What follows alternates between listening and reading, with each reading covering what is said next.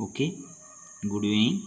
So we are discussed about First World War, causes for First World War, and we are discussed about Second World War, causes for Second World War.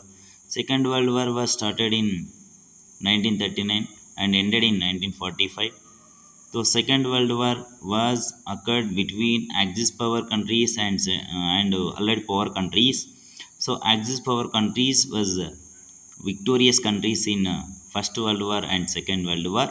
Now, consequences after World War wars. Consequences after World Wars. What will happen after World Wars? World wars అయిపోయిన తర్వాత ఏమి జరిగింది? What are the consequences after the world wars? The world wars was affected long lasting. So the world wars had a long lasting impact. The world wars impacted on politics, society and economy of the world. So much impacted, the world wars impacted on politics, society and economy of the world. The first half of the 20th century ended with a nightmare of Hiroshima and Nagasaki. The first half of 20th century ended with nightmare of Hiroshima and Nagasaki. Hiroshima Nagasaki la మీద so the America was dropped bomb on Hiroshima Nagasaki in August 6 and August 9 in 1945. The first half of the 20th century ended with a nightmare of Hiroshima and Nagasaki. So hopes and after wars, after Second World War, UNO was established. After Second World War, what established? UNO was established. The first half of the 20th century was ended with nightmare of Hiroshima and Nagasaki, and also after first world war, large monarchic empires was dissolved. After second world war, after first world war, so many empires was broken.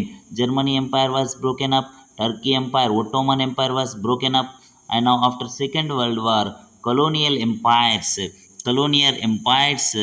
so ended. The large colonial empires was ended. The Britain colonials, France colonial, Japan, Italy, Germany colonial empires was ended. By the 1950, so many countries got independence. By the 1950, so China, Indonesia, Vietnam, Egypt, Nigeria, so India also got independent. So Britain was the most powerful country before the war, but after the war, it is secondary powerful country. So before the war, Britain is the powerful country. Before the Second World War, which country is the powerful country? Britain. So now after Second World War, Britain is the secondary power in the world because Britain lost its economy, its properties so much in Second World War. After Second World War, the superpower countries or strong countries are USSR and USA. Which are the superpower countries of the Second World War? Second World War tarvata superpower countries USSR and USA. The Britain is the secondary powerful country. So next, USSR also so much distracted with so USSR, Russia also distracted by the Hitler, but USSR gradually increased their economy. USSR, Russia rebuilt their economy. So and Russia was got victory in Second World War. Russia increased their prestige in the world. Prestige means గర్వం, దాని యొక్క గర్వాన్ని పెంచుకున్నది, గౌరవాన్ని, రెస్పెక్ట్ని పెంచుకున్నది. So USSR also distracted so much by the Hitler, but gradually that USSR, Russia was rebuilt their economy, and also after victory of the Second World War, so USSR is the great prestige country in the world. So which are the superpower countries of the Second World War? Britain and USSR and USA. Which is the secondary powerful country? Britain is the second one. In 1950, what will happen? So many countries, Egypt, Vietnam, Indonesia, Nigeria, China, these countries got independence. Colonial empires was ended. After First World War, colonial empires was ended. So many countries got independence. USSR and USA superpower countries, and Britain is the secondary powerful country or secondary power country. So on so Russia, China, some countries, China, Korea, some countries was joined in socialist camp. Okay, socialist camp. Next, enormous human cost. So world వార్లో ఎంతమంది చనిపోయినారు, enormous human cost, చాలామంది చనిపోయినారు. So after first world war or after the second world war, after two world wars, during the two world wars, so many people was died, many people was injured. So almost 10 million people were killed in the first world war. How many people was killed in the first world war? 10 million, means 1 crore people was killed in the first world war. In second world war, 20 to 25 million people was were killed in the second world war. 2 crores to 2.5 crores, 20 to 25 millions was people was killed in the second world war. Most of those who died, most of the died were men. Most of the people are men, and almost all the people are under the 40 years age వాళ్ళు ఎక్కువ మంది చనిపోయినారు. Most of the people was died men, but they are age also under the 40. So the range of the arms also, weapons also increased, mainly nuclear weapons, chemical weapons was increased in the wars. So the race of arms also, weapons also, particularly nuclear weapons, chemical weapons started after the world wars. Nowadays the world is still, the world is still constantly living under the threat of total destruction of all life. So many people in the world, they are living under the threat means pramadamlo unnaru, because the total destruction of all life through even an accidental use of such weapons. Vela anukokunda, if they used accidentally the weapons, the total world be vanished. So because nowadays still also present the world is totally living under the threat, because maybe so accidentally so many countries, if they used the weapons, the total world will be vanished. India also participated in two world wars. India was involved in two wars by the British Viceroy. So we are under control of Britishers. So we are participated behalf of the British in two world wars. So without consulting Indians, without consulting the Indians, Indian armed forces were sent to fight in North Africa, Europe and Southeast Asia. On behalf of the British, about 75,000 Indian soldiers were killed in the First World War. In First World War, 75,000 Indian soldiers were killed. In Second World War, 87,000 soldiers were killed in Second World War. The war also caused much economic dislocation, and food supplies was diverted to armies.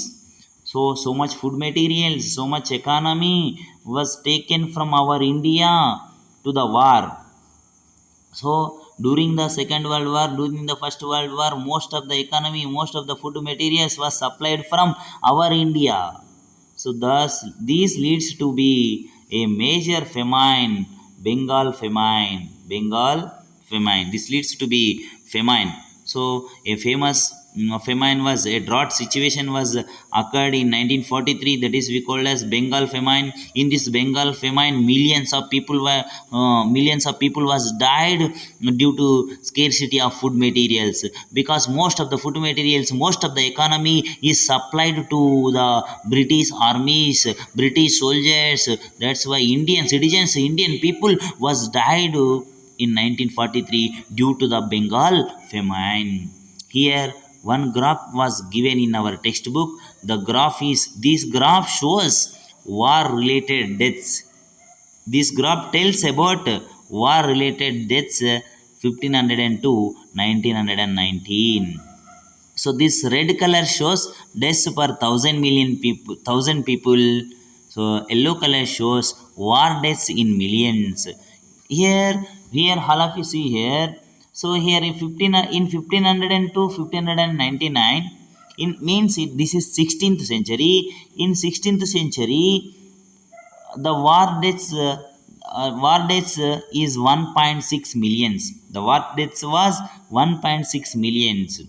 So per thousand, how many persons was died in 1500 to 1599? Approximately 3 members was died per 1,000 people. 3 members was died, only 3 members. But how many people was died 1500 to 1519?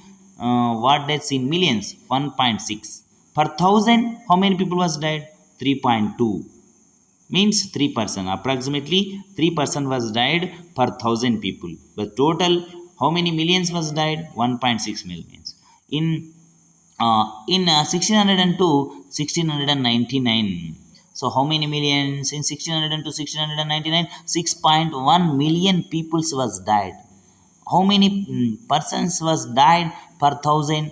11 members was died per 1,000 people. Per 1,000 people, how many members are died? 11 members. How many million people was died? 6.1 million people was died in 17th century. In 18th century, 7 million people was died. 7 million people was died. So per 1,000, approximately 10 people was died. It means every century number of deaths was increased. Why number of deaths was increased? Means here so many revolutions was in 1700 to 1799. So many revolutions was happened, so many movements, so many wars. That is Plassey War, Buxar War, and French Revolution, America Revolution. So many revolution was occurred in 1700 to 1719. That's why many deaths was increased in 1800 to 1899. So in 19th century, so 19.4 millions people was died. So per 1,000, 16 people were died. Per 1,000 people, deaths per 1,000, 16 people was died. In 20th century, 109 million, 109.7 millions was died. Deaths per 1,000, 44 people was died. Means here in 20th century, many of the people was died in 20th century. Because in 20th century, what was happen? So in 20th century, first world war, second world wars occurred in which century? 20th century. 20th century is the age of extremes, it was said by Eric Hobsbawm. Because first World War and Second World War was occurred in 20th century. That's why most of the people was died in 20th century.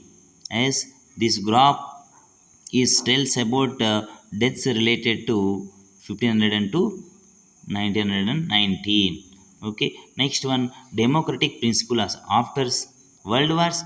What principles was taken? What principles was asserted? Democratic principles was asserted. Already we know Hitler ruled very dangerously. Hitler ruled undemocratically. Hitler followed autocratic rules. The world had understood the danger of undemocratic government.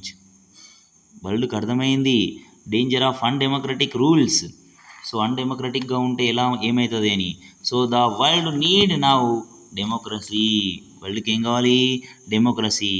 With the first world war several empires also ended. After first world war, so many empires was ended. Austro-Hungarian empire, Russian empire, Ottoman empire, German empire was ended. In countries like Russia occurred a socialist revolution, while countries like Germany overthrew monarchy and Germany changed as a republic. Republic of Germany. The Ottoman Empire also changed. The Ottoman Empire also replaced by democratic and secular state in Turkey. So similarly, during the First World War, colonies become a self-governing. After World War II, colonial countries got independence. Several new countries was also formed, also born across Asia and Africa. After First World War, colonial countries become a self-governing. అవంతకవే rule చేసుకుంటున్నాయి. But after second world war colonial countries got independence. Next one, change in balance of power. World War I, the German, Austro-Hungarian, Russia, Turkey empires came to end. After First World War, Germany empire was ended, Austro-Hungarian empire was ended, Turkey empire also ended. The map of Eastern and Central Europe was redrawn. మ్యాప్ని మళ్ళీ draw చేశారు. Germany empire, Austro-Hungary empire, Russia empire, Turkey empire was ended. After that the German map was redrawn. Central Europe map was redrawn on the basis of nationality, economic viability, military security. After First World War, the map of the Europe was redrawn on the basis of nationality, economic viability, military security. After World War II, after completion of the World War II, the map of the world changed it again. So the map of the world was also changed again. Colonial countries become a independent nations after completion of the Second World War. After completion of the Second World War, all colonial countries become a independent nation. After Second World War, our world map also changed. Yes, so our world map was changed after completion of First World War, and also it changed after completion of Second World War. Next one, enfranchisement of women. Enfranchisement of women. Enfranchisement means right to vote. Right to vote. Enfranchisement means right to vote. Vote nu kaligi undadam. After long struggle, political right to vote. British women got right to vote in 1918. After long struggles, British women got right to vote in which year? 1918. In the long-lasting wars like World Wars, industrial production, other services are necessary. So during the World Wars, industrial production also necessary, services also necessary. So because men were involved in the men's were involved in the wars, men's were in the battlefields. So more women had work in factories, shops, offices, voluntary services, hospitals, schools. So men's were involved in the wars, but women are worked in the factories, shops, offices, hospitals, schools, etc. They have a confidence. The women's get confidence. The women's have a new confidence of beginning bread and winners. So వాళ్ళకి చాలా confidence వచ్చింది, మేము ఏదైనా సాధించగలుగుతాం అనేటటువంటి confidence వాళ్ళకు వచ్చింది. Women began rising their voices, they increased their voices for equality in all works. The women's want what? Equality in all works of life. అన్ని దాంట్లో వాళ్ళకి ఏం కావాలనుకుంటున్నారు? Equality. So getting right to vote was a big step in that direction. Getting right to vote was the big step in the direction. వాళ్ళకి ఏం వచ్చింది? First right to vote. The British women got right to vote in which year? 1918. So all the men were involved in the battle, involved in the wars. So women were worked in the factories, offices, voluntary services, hospitals and schools. They have a confidence. So women's increased their voices for the equality in all works of life. They got right to vote in 1918. After World Wars, a new international organization was formed. The international organization name is UNO, United Nations Organization. UNO was formed in UNO was formed in 1945, October 14, October 24, October 24. UNO formed in which year? 1945, October 24. UNO was established in which year? 1945. UNO was located in which city? New York in America. New York in America. UNO formed on the basis of four principles. UNO act like a government. UNO formed on the basis of four principles. The four principles are, the first one is preserving the peace. ఇది పీస్ని preserve చేస్తుంది. So protect peace ఉండేటట్లే చేస్తుంది. So upholding the human rights, it also protects our human rights. And also respecting the international లాస్ని యాక్ట్స్ని respect చేస్తుంది. And also it promote the social progress. So what are the four principles of UNO? Preserving the peace, upholding the human rights, respecting international laws, and promoting social progress. And also it works through agencies like UNICEF, UNESCO, WHO, ILO. UNICEF, United Nations Children Emergency Fund. United Nations Children Emergency Fund. UNESCO, United National Educational, Scientific and Cultural Organization. WHO, World Health Organization. ILO, Indian Labour Organization. So the UNO worked for preserving peace, upholding human rights, respecting international law, promoting social progress. Based on these principles, UNO was formed in 1945, October 24. So the UNO, despite being accused, UNO is the accused అంటే నేరం చేస్తుంది అన్నట్ల. UNO, despite being accused, becoming a tool of great powers like USA and Russia. So many countries believes ఏమనుకుంటున్నాయి, UNO is the accused, UNO is the tool of great powers అనుకుంటు. అంటే which are the super power countries in the world after second world war? USA and Russia. So UNO అనేది USAకి రష్యాకి ఒక tool లాగా, ఒక accuse లాగా, tool లాగా పనిచేస్తుందని అంటున్నారు. So actually the UNO was managed to prevent the wars. So what is the work of UNO? Prevent the wars and maintain the peace and stability among the countries. UNO prevent the wars and maintain the peace and stability among the countries. We will learn about UNO, about detail of UNO in 19th chapter. So this is after second world war, what will happen in new international organization? UNO was formed. Britain women's got right to vote in 1918. So balance of power was changed.